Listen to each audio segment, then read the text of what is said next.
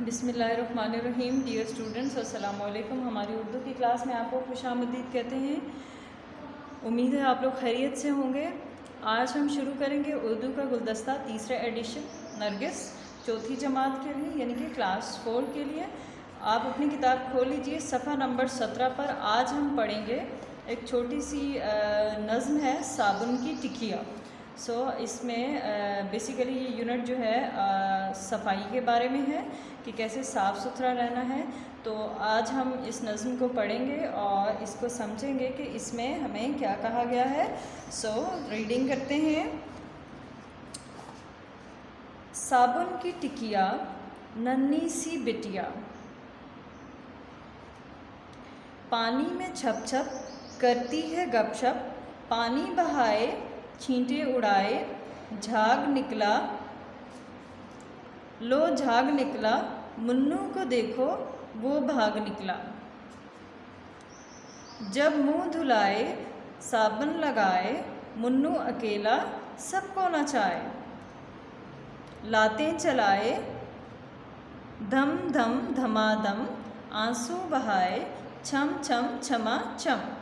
मुन्नू खड़ा है कुर्सी के ऊपर, साबुन के डर से करता है थर थर। मुन्नू को पकड़ो बाजू में झकड़ो, नलके पे लाओ टब में बिठाओ। साबुन की टिकिया सर पर लगाओ, जब झाग निकले पानी बहाओ। साबुन की टिकिया सर पर खड़ी है, मुन्नी सी बिटिया कितनी बड़ी है। हसन आबदी। अच्छा बच्चों, इस नज़्म में जो शायर हैं वो हमें बेसिकली सफाई के बारे में बताना चाह रहे हैं। लेकिन यहाँ पे आप पिक्चर में देखें, ये मुन्नू हैं और ये जो साबुन की टिकिया और ये तमाम वो चीज़ें जो आपको नहाने के दौरान काम आती हैं। यहाँ पे साबुन की टिकिया को उन्होंने मुन्नी सी बिटिया का नाम दिया है। और फिर जैसे आप हाथ वगैरह धोते हैं या आप शावर करते हैं तो साबुन के बगैर अगर आप शावर करेंगे तो आपके जिस्म के ऊपर जो मैल कुचैल होगा वो नहीं उतरेगा, ठीक है। तो यहाँ पे क्या है कि जब भी आपने नहाना है तो उसके लिए आपने साबुन का इस्तेमाल करना है। और फिर जैसे छोटे बच्चे होते हैं ना, उसमें जैसे मुन्नू हैं तो उसमें शायर मज़ाहिया अंदाज में कह रहे हैं कि मुन्नू जो है वो देखें साबुन की टिकिया और झाग को देख के भाग निकला है। और जब उसको पकड़ के मुंह धुलाते हैं तो वो लातें चलाता है या आंसू बहाता है। अब यहाँ पे वो मुन्नू जो है वो कुर्सी पे खड़ा है और साबुन के डर से थर थर कांप रहा है, यानी कि उसे डर लग रहा है कि साबुन जो है वो मेरी आँखों में लगेगा। तो साबुन जो है वो हम इस्तेमाल करते हैं अपने जिस्म के मैल को दूर करने के लिए। तो इसलिए आपने भी शोर नहीं मचाना जब आपकी अम्मी आपको नहलाएं धुलाएं या साबुन का इस्तेमाल करें। एंड में वो साबुन की टिकिया को कह रहे हैं सर पर खड़ी है, यानी कि जब आप सर धोते हैं तो उसके ऊपर साबुन की टिकिया जो है वो बहुत छोटी सी मुन्नी सी बिटिया, जो उन्होंने इसको बोला छोटी सी, यानी कि टिकिया जो साबुन की होती है उसको मुन्नी सी बिटिया का नाम दिया है। कितनी बड़ी है, यानी कि सर पे वो बड़ी मालूम होती है। बच्चों, ये सिर्फ आपका रीडिंग के लिए थोड़ा सा मैंने एक्सप्लेन किया था। आपका बुक वर्क जो है उसको देख लेते हैं। सफ़ा नंबर 19 पर आप देखें। अच्छा, सबसे पहले यहाँ पे इस नज़्म में मुख्तलिफ़ तासुरात अल्फाज की शक्ल में लिखे गए हैं। खाली जगह में वो अल्फाज लिखिए, जैसे पानी में छप छप, लातें चलाए धम धम, आंसू बहाए छम छम। आपने इसी तरीके से लिखना है। साबुन के डर से करता है थर थर। और अब यहाँ पे आप जैसे मुख्तलिफ़ चीज़ों की आवाज़ें पढ़ी और कॉपी में लिखिए। आपने इनको याद करना है या आपको ये लिखना आना चाहिए। रफ़ कॉपी के ऊपर आपने इसकी प्रैक्टिस करनी है। जैसे हवाई जहाज़ जूम जूम, बहता हुआ पानी शर शर, बारिश छम छम, ट्रेन छक छक, बूंदें टिप टिप, ठीक है। अब मुसव्वतें वावल्स बदल कर नए अल्फाज बनाइए। इट्स वेरी ईजी, इसको आप कर लेंगे, लेकिन मैं आपको ये थोड़ा सा गाइड कर देती हूँ। जैसे यहाँ पे आपके पास एक वर्ड है ते अलिफ तार रे तार, यानी कि अलिफ के साथ है, तो आपने अलिफ की जगह बदल के ये लगा देना है और अलिफ को ड्रॉप कर देना है। तो ये बन जाएगा ते ये रे ती, ठीक है। अब इसी तरह चार, अलिफ काटेंगे तो ये चीर बन जाएगा। पास, अलिफ काटेंगे ये लगाएंगे तो पीस बन जाएगा। बान, अलिफ काटेंगे तो ये बैन बन जाएगा। चाल, अलिफ काट के ये लगाएंगे तो चील हो जाएगा। आपने इसको इसी तरीके से अपनी बुक पे लिखना है। इसी तरह जाल, जेल, यहाँ बड़ी ये लगानी है अलिफ की जगह।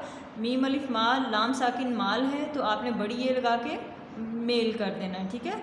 रॉल, रेल, दार, देर, बाल, बेल, ठीक है।